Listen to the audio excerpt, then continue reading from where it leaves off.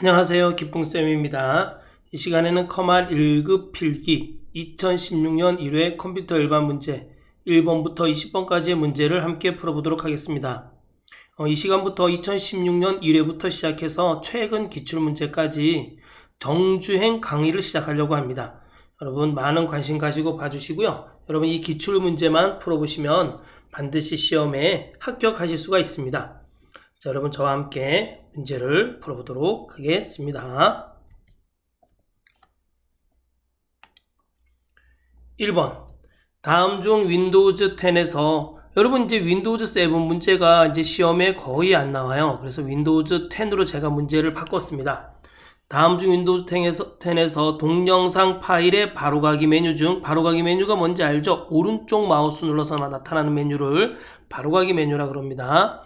바로가기 메뉴 중 속성을 선택하여 확인할 수 있는 비디오 정보에 해당하지 않는 것은 자, 동영상을 선택하고 우클릭한 다음에 속성을 선택하면 이렇게 비디오 정보에서 보시면 자세히 탭이 있어요. 자세히 탭. 자세히 탭에 보면 자, 길이 저기 있어요. 어디 있어요? 여기 있네요. 동영상 길이가 나오네. 1시간 26분 5초짜리네요. 그쵸? 그 다음에 프레임 속도. 자, 여기 프레임 속도가 있어요. 그쵸? 1초에 30프레임이네. 정확하게는 29.97프레임이에요. 그쵸? 자, 이건 뭐 30프레임입니다. 그치? 이게 무슨 뜻이에요? 1초에 30개의 장면이 들어간다는 뜻이에요. 30개 이미지가 들어간다는 뜻이에요. 그래서 하나의 동영상을 만들어내는 겁니다. 다음. 총 비트 전송률이 나오네요. 그쵸? 자, 다음에 프레임 너비가 뭐예요? 이 영상의 너비를 의미하는 거, 프레임 높이, 영상의 높이가 있네요. 그쵸? 자, 데이터 속도. 자, 이렇게 나오네요. 근데 이게 없는 게 뭐가 있어요? 비트네요. 비트. 답은 2번이네요. 그쵸? 2번. 자, 여러분 동영상을 선택해서 우클릭할 때 이 바로 우클릭하는 걸 뭐라 그래요? 바로가기 메뉴라 그러잖아요. 그쵸? 바로가기 메뉴 단축키가 있어요. 뭐죠? 동영상을 선택하고 Shift 플러스 F10을 누르면 바로가기 메뉴가 나타나요. 또 속성도 바로 나타나게 할 수 있어요. 단축키로. 동영상을 선택하고 Alt 플러스 엔터 키를 누르면 동영상이 바로 나타납니다. 자, 다음 문제. 2번. 다음 중 하이퍼미디어에 관한 설명으로 옳지 않은 것은 자, 하이퍼미디어는 하이퍼텍스트와 멀티미디어의 합성어예요. 그럼 하이퍼텍스트는 뭐예요? 여러분 인터넷 같은 데 보면 마우스를 살짝 갖다 대면 손가락 모양이 돼서 클릭하면 다른 문서로 이동하잖아요. 그쵸? 하이퍼링크가 걸려가지고 다른 문서로 이동해요. 이런 걸 글자 중심으로 문자 중심으로 이동하는 것을 하이퍼텍스트라 그러고 또는 거기에다가 그림, 음악, 영상들이 합해진 걸 갖다가 하이퍼미디어라 그럽니다. 자, 보겠습니다. 1번. 특정 텍스트나 이미지 등의 다양한 미디어를 클릭하면 연결된 문서로 이동하는 문서 형식이다. 맞아요. 텍스트나 이미지 등을 클릭했을 때 다양한 영상도 나타나고 그쵸? 또 다시 또 다른 이미지로도 이동하고 또 다른 문서로 이동하는 것 갖다가 우리는 하이퍼미디어라 그럽니다. 2번. 문서와 문서가 연결되어 있는 형식으로 문서를 읽는 순서가 결정되는 선형 구조이다. 틀렸어요. 여러분 우리는 비선형 구조예요. 선형 구조는 1을 클릭했을 때 2가 나타나고 2를 클릭했을 때 3이 나타나고 3을 클릭했을 때 4가 나타나고 4를 클릭했을 때 5가 나타나고 이 순서대로 진행되는 걸 갖다가 선형 구조라 그래요. 여러분 하이퍼 텍스트의 기능 중에 도움말이 있는데요. 이 도움말은 바로 선형 구조입니다. 클릭해야지 그 다음을 클릭할 수 있고 그렇습니다. 그렇지만 우리는 그렇지 않잖아요. 그렇죠? 우리가 네이버에 접속해서 하이퍼링크를 걸었을 때 다음에서 접속할 수도 있고, 그렇죠? 또 그다음에 뭐 구글에서 접속할 수도 있고 네이버에 들어가는 방법은 아주 다양하게 있어요. 자, 이런 걸 갖다가 비선형 구조라 그럽니다. 자, 그럼 틀렸어요. 우리는 선형 구조가 아니라 뭐라고요? 우리는 비선형 구조예요. 비선형 구조. 우리가 하이퍼미디어의 특징 중에 하나가 비선형 구조입니다. 3번 하이퍼미디어는 하이퍼텍스트와 멀티미디어를 합한 개념이다. 네, 맞습니다. 하이퍼와 미디어가 하이퍼미디어라고 합니다. 4번 하나의 데이터를 여러 사용자가 서로 다른 경로를 통해 검색할 수 있다. 이걸 바로 비선형 구조라고 그래요. 내가 원하는 데이터가 있는데 어떤 다양하게 접근할 수 있는 방식을 비선형 구조라고 그래요. 이해가시죠? 네, 다음 3번. 다음 중 정보 보안을 위한 비밀키 암호화 기법. 비밀키 암호화 기법은 다른 말로 또 대칭키 암호화 기법이라고도 합니다. 자, 그럼 여기 옆에 여러분 비밀키 암호화 기법과 공개키 암호화 기법에 대해서 알아보도록 하겠습니다. 자, 비밀키 암호화 기법에는 대칭키 암호화 기법이라고 그러는데 대표적인 게 DES가 있습니다. 자, 암호화와 복호화 시 사용하는 키가 동일하다. 그쵸? 자, 다음에 암호화 복호화 속도가 다르다. 자, 우리가 데이터를 보낼 때는 암호화 시켜서 보냅니다. 그럼 중간에 이렇게 가서 누가 딱 낚아채도 이게 암호화돼서 몰라요. 근데 이게 복호화 프로그램이 있어야지 그 다음에 다시 여기서 안녕하세요라는 글씨를 집어넣으면은 암호화돼서 날아가다가 여기서 복호화돼가지고 안녕하세요로 나타나는 겁니다. 자, 알겠죠? 자, 암호화 복호화 속도가 다르다. 자, 이게 뭐 자세히 알 필요는 없습니다. 그래도 알아둬야 돼요. 알겠죠? 최근에도 나왔던 문제입니다. 키의 크기가 작고 알고리즘이 간단하며 경제적이다. 그죠? 사용자가 많아지면 관리해야 하는 키의 개수가 많아지는 특징이 있어요.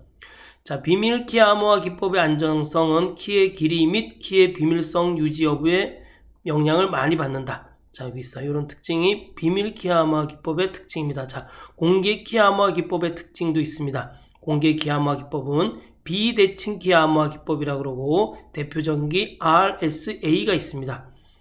자, 여러분 암호화 이거는 여러분 있잖아요. 제가 이거를 블로그에다가 이 PDF 파일을 업로드해 놓을 테니까 꼭 한번 읽어보시기 바랍니다. 자, 문제 볼까요? 비밀키 암호화 기법, 즉 대칭키 암호화 기법의 특징입니다. 1번 비밀키 암호화 기법의 안정성은 키의 길이 및 키의 비밀성 유지 여부에 영향을 많이 받는다. 네, 맞아요. 그렇죠? 자, 2번 암호화와 복호화 시에 사용하는 키가 동일한 암호화 기법이다. 맞아요. 암호화와 복호화 시 사용하는 키가 동일한 암호화 기법이란 뜻이에요. 3번 알고리즘이 복잡하여 암호화나 복호화를 하는 속도가 느리다는 단점이 있다. 자, 이거는 뭐의 특징이에요? 이거는요, 공개키 암호화 기법의 특징이에요. 이거는.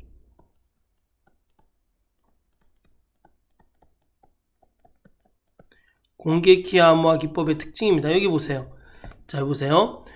키의 크기가 크고 알고리즘이 복잡하여 효율성이 떨어진다. 자, 그렇죠. 알고리즘이 복잡하여. 자, 이건 공개키 암호화 기법의 특징입니다. 4번. 사용자의 증가에 따라 관리해야 할 키의 수가 많아진다. 맞아요. 자, 사용자가 많아지면 관리해야 하는 키의 개수가 많아지는 특징이 있는 게 비밀키 암호화 기법의 특징입니다. 자, 또 알아두세요. 꼭 알아두셔야 됩니다. 자, 다음 4번. 다음 중 각 인터넷 서비스에 대한 설명으로 옳지 않은 것은, 자, 요거 인터넷 서비스에 관한 문제네요. 1번 IRC요. IRC를 우리는 여러분 채팅방이라고 알아두시면 됩니다. 채팅. 자, IRC는 여러 사람들이 관심 있는 분야별로 채널에서 대화할 수 있는 서비스이다. 요즘은 이제 채팅이 서로 아는 사람들끼리 채팅하고, 그쵸? 그리고 어떤 같은 모임이나 이런 사람들끼리 서로 이제 채팅을 해요. 그렇지만 옛날에는 채팅방을 막 개설하면 사람들이 무작위로 들어와서 채팅을 하던 시대가 있었습니다. 네, 그때 바람 잘 날 없던 시대였습니다. 자, 보겠습니다. 다음 2번. 와이즈는 여러 곳에 분산되어 있는 전문 주제 데이터베이스의 자료들을 키워드를 사용하여 검색할 수 있게 하는 서비스이다. 자, 키워드 검색 서비스를 해주는 것을 우린 와이즈라 그럽니다. 와이즈. 3번. 유즈넷은 멀리 떨어져 있는 컴퓨터에 접속하여 자신의 컴퓨터처럼 사용할 수 있도록 하는 서비스이다. 자, 이거는 멀리 떨어져 있는 컴퓨터를 마치 내 컴퓨터처럼 사용할 수 있는 서비스가 있어요. 그걸 우린 뭐라 그러냐면은 그걸 갖다 우리는 텔넷이라 그래요. 텔넷. 유즈넷이라 그러지 않고 텔넷. 여러분 글씨 못 쓰는 거 좀 이해해 주세요. 그런데 여러분 여기 보세요. 유즈넷. 여러분 여기 유즈넷이 있어요. 유즈넷은 뭐냐면 인터넷상에서 공통의 관심을 가진 사람들의 모임입니다. 여러분 카페 같은 게 사실은 유즈넷이에요. 공통의 관심사를 가진 사람들이 모이는 거잖아요. 그렇죠? 자, 4번. 이커머스는 컴퓨터에서 거래할 수 있도록 다양한 서비스를 제공한다. 네, 그렇죠. 맞습니다. 자, 틀린 것은 답은 3번이네요. 유즈넷은 뭐라고요? 인터넷상에서 공통의 관심사를 가진 사람들의 모임이라 그랬어요. 그럼 텔넷은 뭐라 그랬어요? 멀리 떨어져 있는 컴퓨터를 마치 자신의 컴퓨터처럼 사용할 수 있게 하는 서비스입니다. 네, 다음 5번 보겠습니다. 다음 중 컴퓨터 통신에 사용하는 프로토콜은 뭐예요? 여러분 이거는 여러분 어렵게 생각하시면 안 돼요. 프로토콜은 통신 간의 약속이에요. 자, 내가 데이터를 너한테 보낼 테니까 나는 보내고 너는 받을 준비를 하고 있어라. 그럼 이제 내가 데이터를 딱 보내는 거예요. 그러려면 뭐가 있어야 돼요? 송신자가 있어야 되고, 그쵸? 그 다음에 수신자가 있어야 되고, 그쵸? 그 다음에 단말 장치가 있어야 돼요. 그쵸? 그 다음에 뭐 통신 회선도 있어야 되고, 그쵸? 자, 이런 것들을 갖다가 우리는 프로토콜이라고, 서로 통신 간의 약속, 내가 보낼 때 너는 받을 준비해라 하는 서로 간의 약속을 갖다가 우리는 프로토콜이라 그래요. 자, 1번 보겠습니다. 통신망에 전송되는 패킷의 흐름을 제어해서 시스템의 전체 안정성을 유지한다. 자, 여러분 패킷이란 말을 또 너무 어렵게 생각하시면 안 돼요. 인터넷 사용해서 데이터가 오고 가는 것을 패킷이라 그래요. 그 패킷은 즉 데이터예요. 데이터 알겠죠? 패킷의 흐름을 제어. 자, 요 흐름 제어 기능이 또 프로토콜의 대표적인 기능 중에 하나예요. 왜? 여러분 내가 데이터를 보낼 때 빨리도 가지 않고 천천히도 가지 않고 가장 적절하게 갈 수 있도록 해주는 것을 갖다가 우리는 흐름을 제한다 이런 말을 써요. 자, 2번 정보를 전송하기 위해 송수신기 사이에 같은 상태를 유지하도록 동기화 기능을 사용한다. 그쵸?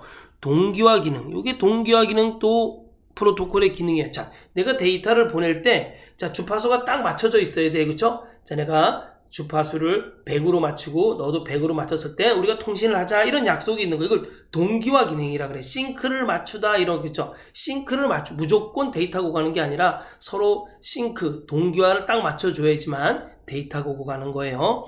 이거 동기화 기능입니다. 싱크 기능이라고 한다. 싱크를 맞추다 이런 말을 써요. 그죠? 그래야지 데이터가 오고 가잖아요. 그죠? 자, 다음 3번 데이터 전송 도중에 발생하는 오류를 검출한다. 그렇죠. 오류가 발생하면 안 되잖아요. 그렇죠. 오류 검출 기능도 프로토콜의 하나의 기능에 속합니다. 자, 4번 네트워크에 접속된 다양한 단말 장치를 자동으로 인식하고 호환성을 제공한다. 이거는 여러분 프로토콜하고 관계가 없어요. 그렇죠. 단말 장치를 자동으로 인식하고 호환성을 제공하는 거. 서로 단말 장치끼리 서로 호환이 되도록 제공하는 서비스는 이거는 프로토콜이 아니죠. 그렇죠. 자, 답은 4번이네요. 그쵸? 자, 프로토콜에는 여러 가지 이렇게 기능들이 있습니다. 자, 뭐 프로토콜 여러분 제가 이렇게 올려놓을 테니까 또 한번 보시기 바랍니다. 알겠죠? 자, 메일 관련 프로토콜이 있어요. SMTP 메일을 송신하는 프로토콜, POP3 메일을 수신하는 프로토콜, MIME 메일 관련 멀티미디어 서비스를 제공해주는 프로토콜, IMAP 회신을 해주는 메일을 상에서 회신을 해주는 프로토콜입니다. 알겠죠? 회신 기능이 있잖아요. 그쵸? 자, 나머지는 한번 읽어보시면 됩니다. 자, 다음 6번 다음 중 네트워크의 연결 방식이 하나인 클라이언트 서버 방식에 관한 설명으로 옳은 것은 자, 클라이언트는 뭐예요? 서비스를 요청하는 걸 클라이언트라고 합니다.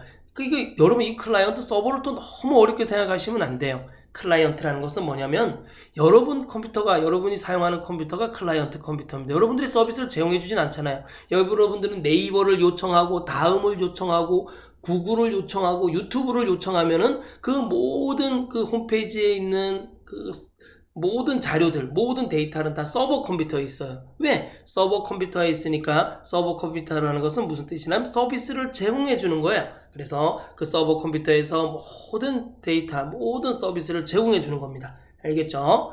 자, 보겠습니다. 1번 서버와 클라이언트가 모두 처리 능력을 가지며 맞아요. 두 개 다 처리 능력을 클라이언트 서버 컴퓨터 두 개 다 처리 능력을 가집니다. 분산 처리 환경에 적합하다. 왜? 두 개 다 모두 데이터 처리 능력이 가능하니까 여러 컴퓨터에다가 여러 단말기에다 분산 처리하는 거예요. 데이터를. 알겠죠? 자, 맞습니다. 답은 1번이네요. 자, 다음 2번 볼까요? 중앙 컴퓨터가 모든 단말기에서 요구하는 데이터 처리를 전담한다. 이건 중앙 집중 방식이라 그래요. 여기 중앙에 이렇게 컴퓨터가 있고 여기 단말기들이 쫙 이렇게 있는 거예요. 그렇죠? 이건 뭐예요? 이렇게 있어요. 이건 중앙 컴퓨터 방식입니다. 중앙 집중 방식이라 그래요. 중앙 컴퓨터에서 데이터 처리를 거의 다 가담하고 있어요. 나머지들은 이제 서비스를 요청만 하는 겁니다. 자, 3번 보겠습니다. 동등한 계층 노드들이 서로 클라이언트와 서버 역할을 동시에 할 수 있다. 자, 이건 뭘까요? 이걸 피어 투 피어 방식이라고 그러기도 하고 P2P 방식이라고도 그러고 동배간 처리 방식이라고도 그래요. 여러분들 토렌토 사용하잖아요. 그쵸? 자, 내가 무한도전이라는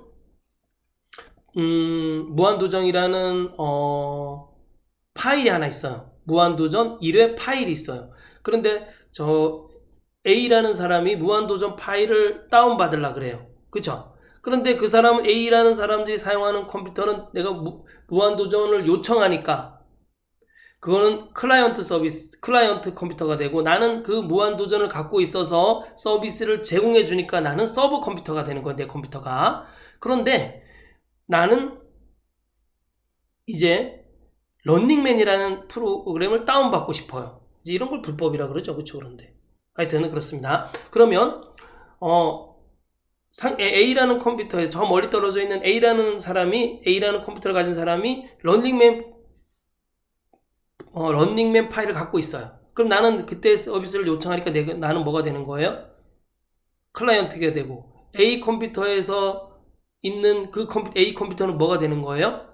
그때는 서버 컴퓨터가 됩니다. 즉 내가 어떤 때는 서비스를 제공해주는 서버 컴퓨터도 되고 내가 어떤 때는 서비스를 요청하는 클라이언트 컴퓨터도 되는 걸 갖다가 우리는 피어-투-피어 방식, P2P 방식, 동배간 처리 방식이라 그러고 P2P 방식의 대표적인 프로그램인 토렌토란 프로그램이 있어요. 그쵸? 자, 다음 4번 보겠습니다. 단방향 통신을 사용하여 처리를 위한 대기 시간이 필요하다. 여러분 단방향 통신이 뭐예요? 한쪽 방향으로만 데이터가 나가는 거. 한쪽 방향, 단방향으로만 데이터가 전송되는 것을 갖다가 우리는 단방향 통신 또는 단향 통신이라 그럽니다.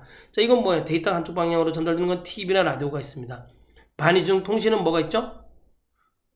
데이터를 보낼 땐 받을 수 없고 받을 땐 보낼 수 없는 겁니다. 무전기가 있습니다. 자, 전이든 통신은 뭐예요?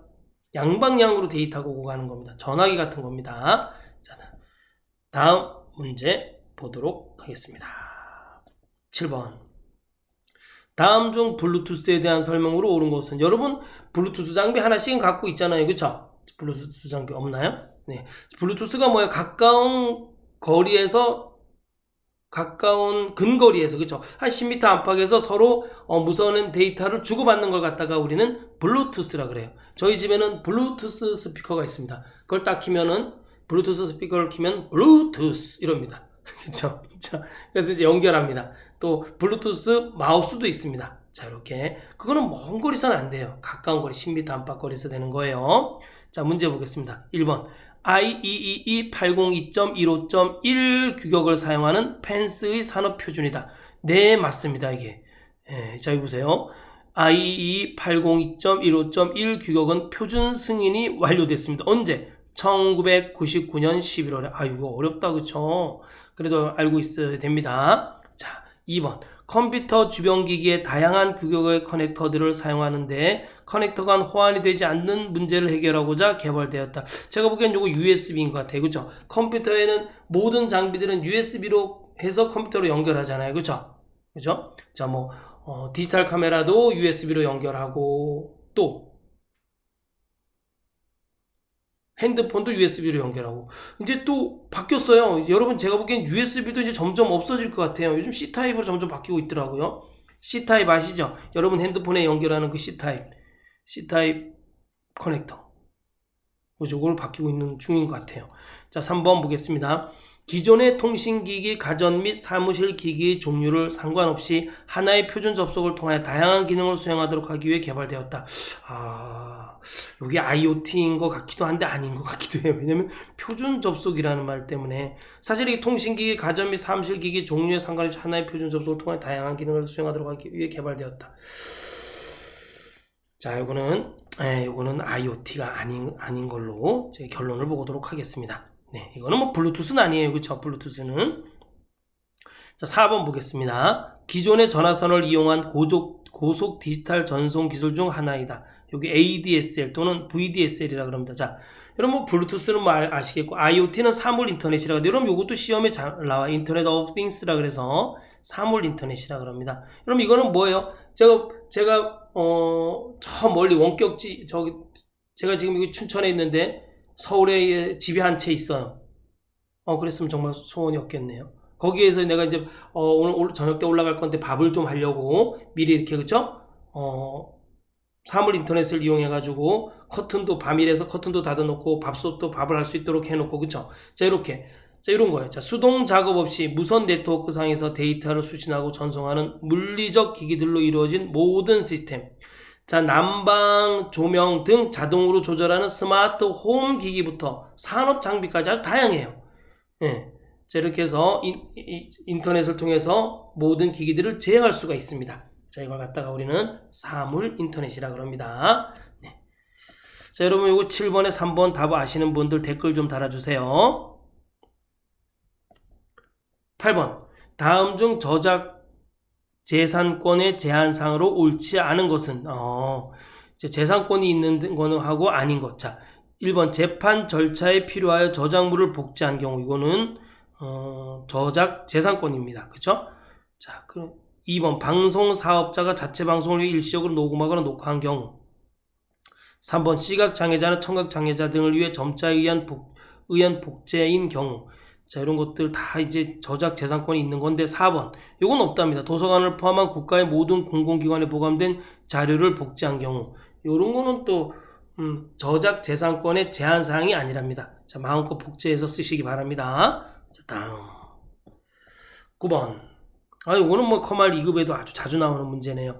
다음 중 컴퓨터 소프트웨어 개발 과정에서 제작되는 알파 버전에 관한 설명으로 옳은 것은 여러분 알파 버전이 뭐예요? 어떤 프로그램이 개발되었는데 그 프로그램을 먼저 개발자나 회사에서 먼저 테스트해보는 걸 알파 버전이라 그럽니다. 그 다음에 그 알파 테스트가 끝난 다음에 뭘 해요? 자 시중에 내보내요. 그 시중에 내보내서 그 다음에 사용자나 일반인이 테스트해보는 걸 뭐라 그래요? 그럼 베타 테스트라 그러잖아요. 그쵸? 베타 버전이라 그럽니다.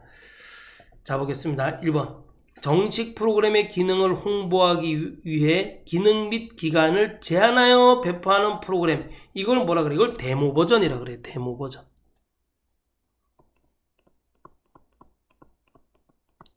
데모 버전. 자 2번 베타 테스트를 하기 전에 제작 회사 내에서 테스트할 목적으로 제작된 프로그램이다. 이거 맞다. 이건 알파 버전이다 그랬어. 그쵸? 알파 버전이 뭐라 그랬어요? 프로그램이 개발되었을 때 개발자나 회사에서 먼저 테스트 해보는 거예요. 그쵸? 그걸 알파 테스트, 알파 버전이라 그럽니다. 3번 정식 버전을 출시하기 전에 테스트 목적으로 일반인에게 공개하는 프로그램이다. 이건 뭐예요? 요거는 베타 버전이잖아요. 베타 테스트. 그쵸? 베타 버전. 안 써도 되는데 꼭 쓰고 싶어요. 자 4번 오류 수정이나 성능 향상을 위해 이미 배포된 프로그램의 일부를 변경해주는 프로그램. 이건 뭐라 그래요? 이거 패치 프로그램이라 그러잖아요. 패치 프로그램. 여러분 프로그램을 업데이트하는 것들은 다 패치 프로그램이라 그래요. 여러분 패치 프로그램. 오류를 수정할 목적도 있고 그 성능을 향상시킬 목적도 있고 이런 것 업데이트의 목적이 있는 것들은 업데이트 해주는 프로그램들 이런 걸 갖다가 다 패치 프로그램이라 그럽니다. 자, 요 나머지는 한번 뭐 읽어보고 상용 소프트웨어 일정한 금액을 주고 사서 사용해야 함. 이거 쉐어웨어도 잘 나와요. 프로그램의 구매를 유도하기 위해 일부 기간이나 기능을 제한하여 배포하는 겁니다. 여러분 다 쉐어웨어가 다 있어요. 그쵸? 여러분 그걸 트라이얼 버전이라고도 그러잖아요. 트라이얼 버전. 날짜를 좀 한 달만 밖에 못 쓰게 하고 그쵸? 그래서 쓰고 좀 마음에 들면 돈 주고 사라 이런 뜻이에요. 그쵸? 자 다음 10번 다음 중 윈도우즈 10의 시스템 구성에 대한 설명으로 옳지 않은 것은. 자 시스템 구성은 어떻게 들어가냐면 검색 상자에다가 이렇게 ms config라고 쳐도 돼요. 그 다음에 엔터키를 누른 다음에 시스템 컨피그레이션 앱 실행. 자 죄송해요. 제가 영어를 잘 못합니다. 네, 무지예요. 무지. 영어에 대해서는 무지합니다. 컴퓨터도 잘하냐고요? 컴퓨터도 잘 못합니다. 여러분. 자 그럼 여러분 거기에 보시면 이 시스템 구성에 보면 일반 탭이 있어요. 여기 일반 탭, 부팅 탭, 서비스 탭, 시작 프로그램 탭, 도구 탭이 있어요. 근데 거기에 보시면 일반 탭에 정상 모드가 있고 진단 모드가 있고 선택 모드가 있어요. 자 여기서 정상 모드하고 진단 모드, 선택 모드가 있는데 정상 모드 알아두셔야 돼요. 보통 윈도우를 시작하는 일반적인 방식은 정상 모드입니다. 정상 모드 뭐 기본적으로 정상 모드로 다 돼 있습니다. 근데 문제가 발생했을 때 진단 모드로 부팅을 하는 겁니다. 기본 장치 및 서비스로만 윈도우즈를 시작하여 발생된 문제를 진단하는 데 유용하다. 여러분 옛날에 그 뭐죠? 안전 모드하고 똑같아요. 안전 모드, 그쵸? 진단 모드가 안전 모드예요. 기본 장치, 기본적으로 작동되는 장치와 서비스만으로 윈도우즈를 시작하는 거예요. 그 다음에 발생된 문제를 진단하는 것을 우린 진단 모드라고 합니다. 자, 선택 모드는 한 번에 하나씩 공용 서비스 및 시작 프로그램을 끈 상태에서 윈도우즈를 시작한 다음 다시 켤 수 있으므로 서비스를 끌 때는 문제가 발생하지 않았지만 켤 때 문제가 발생하면 그 해당 서비스가 문제의 원인임을 알 수 있는 것을 갖다가 우리는 선택 모드라고 합니다. 자, 문제 볼까요? 1번. 윈도우즈가 제대로 시작되지 않는 문제를 식별하도록 도와주는 고급 도구이며 문제를 찾아 격리시키기 위한 것이다. 그렇죠? 문제를 찾으면 격리시키기. 그쵸? 이거 격리란 말 요즘 코로나 때문에 많이 듣는 것 같아요. 격리. 자, 그쵸? 똑같아요. 그쵸?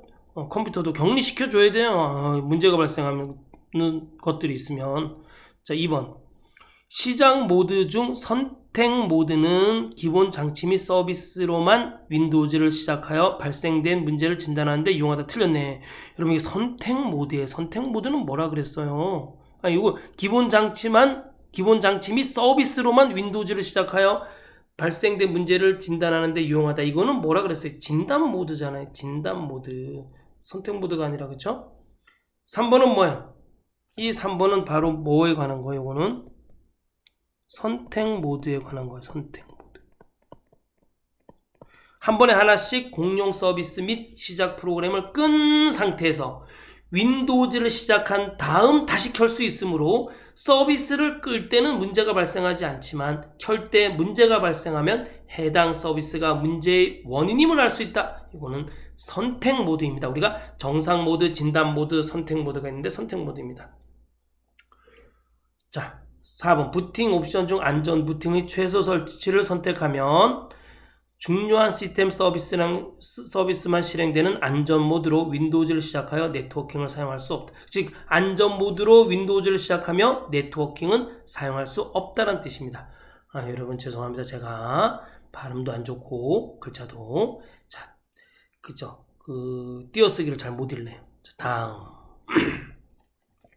11번. 다음 중 윈도우즈 10의 명령 프롬프트에 관한 설명으로 옳지 않은 것은? 여러분, 명령 프롬프트는 뭐예요? 명령 프롬프트는 이렇게 도스창이 뜨는 겁니다. 도스창이 윈도우즈 10에서. 자, 경로는 윈도우즈 시스템의 명령 프롬프트에 있습니다. 그리고 검색 상자에다가 cmd라고 입력하면 실행이 됩니다. cmd라고 쓰고 엔터키 누르면 명령 프롬프트가 실행이 됩니다. 명령 프롬프트 창 확대, 축소, 단축키는 Alt 엔터입니다. Alt 엔터 키를 누르면 이 창이 커지고 또는 꽉 찬 창이 되고 또는 기본 창으로 바뀝니다. 명령 프롬프트 종료는 exit입니다. 여기다 exit라고 입력하고 엔터 치면 명령 프롬프트가 종료가 됩니다. 이 X 누른 거하고 똑같은 기능입니다. 명령 프롬프트에서 복사, 붙여넣기, 찾기 기능이 가능하다. 다 가능합니다. 자, 보겠습니다. 1번. MS-DOS 명령 및 기타 컴퓨터 명령을 텍스트 기반으로 실행한다. 그쵸? 여러분, 옛날에는 이렇게 시커먼 창에다가 뭐 dir/w 뭐 이렇게 하면서 했었어요. 자, 다음 2번. 명령 프롬프트 창에서 표시되는 텍스트를 복사하여 메모장에 붙여 넣을 수 있다. 네, 붙여 넣을 수 있어요. 복사도 되고요. 3번. 윈도우즈 시작 단추의 검색 상자에 커맨드를 입력하여 실행할 수도 있다. 커맨드 땡 이거 아니에요. 뭐예요? cmd입니다. 알겠죠? 윈도우즈 시작 단추의 검색 상자에는 cmd를 입력해서 실행합니다. 4번. 명령 프롬프트 창에서 exit를 입력하여 종료할 수 있다. 네, 맞습니다. exit를 입력하면 종료가 됩니다. 12번. 다음 중 하나의 컴퓨터에 여러 개의 중앙 처리 장치를 설치하고. 여러 개의 중앙 처리 장치가 중요합니다. 여러 개의 중앙 처리 장치를 설치하여 주기억 장치나 주변 장치를 공유하고 신뢰성과 연산 능력을 향상시키는 시스템을 의미하는 것은? 자, 이게 뭐예요? 다중 처리 시스템입니다. 자, 다중 처리. 다중 처리가 뭐예요? 여러 개의 중앙 처리 장치를 이용해서 데이터를 처리하는 시스템이란 뜻이에요. 시그널 처리 시스템은 뭐예요? CPU를 시간 단위로 나누어서 데이터를 처리하는 시스템입니다. 자, 다중 프로그래밍 시스템은 뭐예요? 두 개 이상의 프로그램이 돌아가면서 데이터를 처리하는 시스템입니다. 자, 듀플렉스 시스템은 뭐예요? 이거는 듀플렉스는 듀얼 시스템이나 듀플렉스 시스템은 죄송합니다. 듀얼 시스템이나 듀플렉스 시스템은 두 개의 CPU가 돌아간다는 뜻입니다. 두 개의 CPU. 그 의미는 달라요. 잘 보세요. 듀플렉스 시스템은 두 개의 CPU가 설치되어 있어 하나는 가동하고 하나는 예비로 두었다가 하나가 고장나면 예비로 두었던 CPU가 가동하는 시스템은 듀플렉스 시스템이라 그러고, 듀얼 시스템은 두 개의 CPU가 설치되어 있어 두 개 모두 가동하다가 하나가 고장나면 하나가 가동되는 시스템을 갖다가 우리는 듀얼 시스템이라고 합니다. 자, 여러 개의 CPU가, 즉 여러 개의 중앙 처리 장치가 돌아가는 시스템은 다중 처리 시스템입니다. 다음 13번. 다음 중 컴퓨터에서 사용하는 자료의 외부적 표현 방식에 관한 설명으로 옳은 것은, 이건 또 옳은 것은이네요. 그쵸? 자, ASCII를 데이터 통신용이나 개인용 컴퓨터에서 사용하며 128가지의 문자를 표현할 수 있다. 네, 맞아요. ASCII 코드는 7비트예요. 7비트. 7비트에서 128글자를 표현할 수 있습니다. 자, 여기 볼까요? BCD 코드는 6비트. 6비트라는 건 뭐예요? 2의 6승이란 뜻이에요. 2의 6승은 64문자를 표현할 수 있어요. ASCII 코드는 몇 비트예요? 7비트예요. 그래서 2의 7승은 128문자를 표현할 수 있어요. EBC DIC 코드는 몇 비트예요? 8비트예요. 2의 8승이에요. 몇 문자를 표현할 수 있어요? 256문자를 표현할 수 있어요. 유니코드는 2바이트예요. 16비트네요. 그렇죠? 국제 표준 코드로 전 세계 모든 문자가 표현이 가능합니다. 모든 글자는 2바이트로 표현합니다. 자, 보겠습니다. 2번, BCD는 8비트로 구성되어 있으므로 하나의 문자를 표현할 수 있다. 이거 8비트는 뭐예요? EBC DIC 코드예요. 그렇죠? 자, EBC DIC는 대형 컴퓨터에서 사용되는 범용 코드이며 맞네요. 6비트로 구성되어 있다. 틀렸어요. 몇 비트예요? 8비트로 구성되어 있는 거예요. 8비트. 다음 4번, 유니코드는 국제 표준 코드로 맞네요. 최대 256문자를 표현이 가능하다. 256문자의 표현이 가능한 것은 EBC DIC 코드예요. 자, 알겠죠? 자, 유니코드는 전 세계 모든 문자의 표현이 가능합니다. 자, 답은 1번. 14번. 다음 중 컴퓨터에서 하드디스크를 연결하는 SATA 방식에 관한 설명으로 옳지 않은 것은, SATA 방식이 이제 역사 속으로 이제 하드를 달 때는 아직도 SATA 방식을 쓰겠다. 그쵸? SATA 방식을. 자, 그렇죠. 하드나 SSD는 다 SATA 방식을 쓰죠. 그쵸? 자, 보겠습니다. 자, 하드디스크 연결 방식의 변화는 IDE 방식, EIDE 방식을 페타 방식이라고 합니다. 스카시 방식, SCSI 방식, SATA 방식, 시리얼 ATA 방식이라고도 그럽니다. 그다음에 SSD가 나왔습니다. 자, SATA 방식, 직렬 인터페이스 방식을 사용한다. 맞습니다. 2번. 파타 방식보다 데이터 전송 속도가 빠르다. 그럼요. 이거 파타 방식보다 속도가 빠르니까 SATA 방식을 쓰는 거겠죠. 그렇죠? 한참 뛰어넘네요. 그렇죠? 그다음에 핫 플러그인 기능을 지원한다고 했습니다. 핫 플러그인이 뭐예요? 전원이 켜진 상태에서 장치를 연결하거나 제거할 때 쓰는 것을 핫 플러그인이라고 합니다. 알겠죠? 그럼요. 여러분, 전원이 켜진 상태에서 USB를 꽂아도 뺐다 하잖아요. 이 아이디는 일반적으로 SATA를 의미한다. 틀렸어요. 이 아이디하고 SATA 방식은 이게 한참 옛날에 쓰던 방식입니다. 알겠죠? 한참 옛날에 쓰던 방식. 자, 답은 4번이네요. 그렇죠? 이 아이디는 일반적으로 SATA하고 전혀 다른 IDE 방식, EID 방식, 스카시 방식, SATA 방식, SSD 방식이에요. 이렇게 넘어갑니다. 지금은 SSD 방식이 대사를 앞으로 잘 안 나올 문제라 추측된다 라고 하지만 나올 수도 있습니다. 왜냐면 아직까지 하드를 씁니다. 여러분, 하드 많이 써요. 여러분 클라우드는 다 하드로 돼 있어요. 하드. 그렇죠. 아직 그래서 많이 씁니다. 자, 15번 문제 윈도우즈 7 문제인데요. 자, 그럼 한번 그래도 보겠습니다. 다음 중 컴퓨터 시스템을 효율적으로 관리하기 위한 유의사항으로 적절하지 않은 것은? 요 답만 보죠. 주기적으로 자주 시스템을 재부팅하여 부품의 수명을 연장시킨다. 말이 안 되는 얘기죠, 그렇죠? 자, 오늘서부터 계속 껐다 켰다 하십시오, 여러분. 그래야지 여러분의 시스템은 수명이 연장됩니다. 거짓말이었습니다.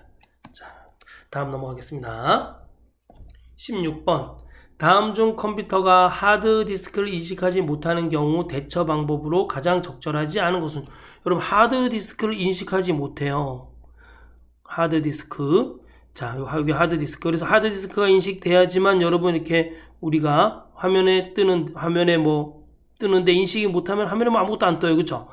그럼 하드디스크 왜 그럴까? 자, 디스크 조각 모음을 수행하여 단편화를 제거한다. 여러분, 디스크 조각 모음은 왜 해요? 속도를 빠르게 해주고 안정성을 좋게 해주기 위해서 우리가 디스크 조각 모음을 하는 겁니다. 그럼 이거 디스크 조각 모음은 하드디스크가 인식이 될 때나 하는 거지, 인식이 안 되면 하겠어요? 그렇죠? 이건 인식을 못하는 경우하고 전혀 상관이 없습니다. 알겠죠? 디스크 조각 모음은 인식하고 전혀 상관없습니다. 자, 2번.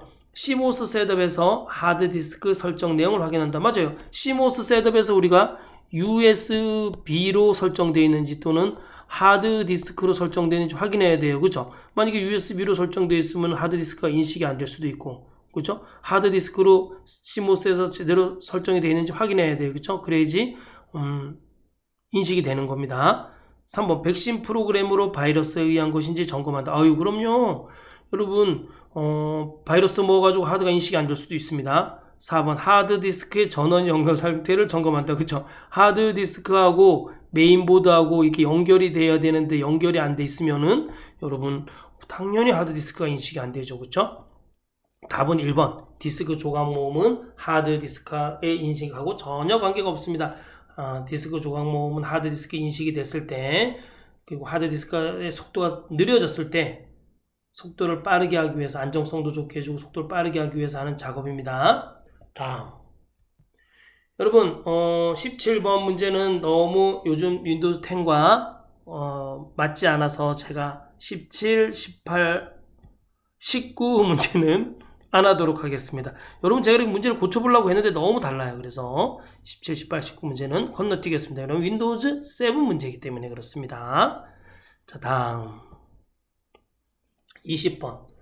다음 중 32비트 및 64비트 버전의 윈도우즈 OS에 관한 설명으로 옳지 않은 것은? 여러분, 컴퓨터가 32비트인지 64비트인지 어디로 들어가 봐야 돼요? 시스템에 들어가시면 됩니다. 자, 여기 시작 버튼에서 오른쪽 마우스 딱 누르고 여기 시스템 딱 들어가면 자, 여기 보시면 여기에 나와요. 그쵸? 64비트, 시스템 종류 64비트인지 32비트인지, 그쵸? 딱 나옵니다. 자, 그러면 여러분 프로그램도 여러분 있잖아요. 64비트 프로그램이 있고 32비트 프로그램이 있어요. 32비트 프로그램은 64비트에도 설치할 수 있고 32비트에도 설치할 수 있지만 64비트 프로그램은 32비트 운영체제에는 설치할 수가 없습니다. 알겠죠? 자, 보겠습니다. 1번. 64비트 버전의 윈도우즈에서 대용량 램을 32비트 시스템보다 효과적으로 처리한다. 그럼요. 여러분, 32비트에서는 아마 램을 4기가까지 인식하지 못하는 걸로 알고 있는데 맞는지 모르겠네요. 지금 근데 64비트에서는 어디까지 인식해요? 16기가 또는 뭐 32기가까지도 인식합니다. 알겠죠? 자, 2번. 64비트 버전의 윈도우즈 7을 설치하려면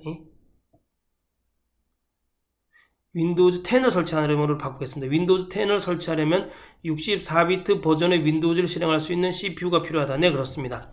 자, 3번. 64비트 버전의 윈도우즈에서 하드웨어 장치가 정상적으로 동작하려면 64비트용 장치 드라이버가 필요하다. 그럼요.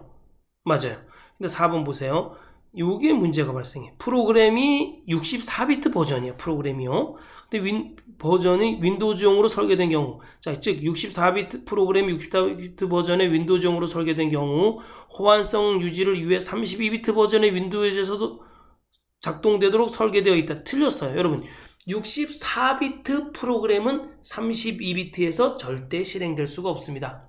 그렇지만 32비트 버전의 프로그램은 64비트 버전의 프로그램에서 실행이 됩니다. 즉 64비트 윈도우즈용 OS에는 64비트 프로그램과 32비트 프로그램이 다 실행되고 32비트 윈도우즈용 OS에는 64비트 프로그램 실행이 안되고 32비트 프로그램만 실행된다는 뜻입니다. 아시겠죠? 제가 제대로 설명했는지 모르겠습니다. 자, 다음 시간에는 2016년 1회 스프레드시트 문제 21번부터 40번까지 풀어보도록 하겠습니다. 감사합니다.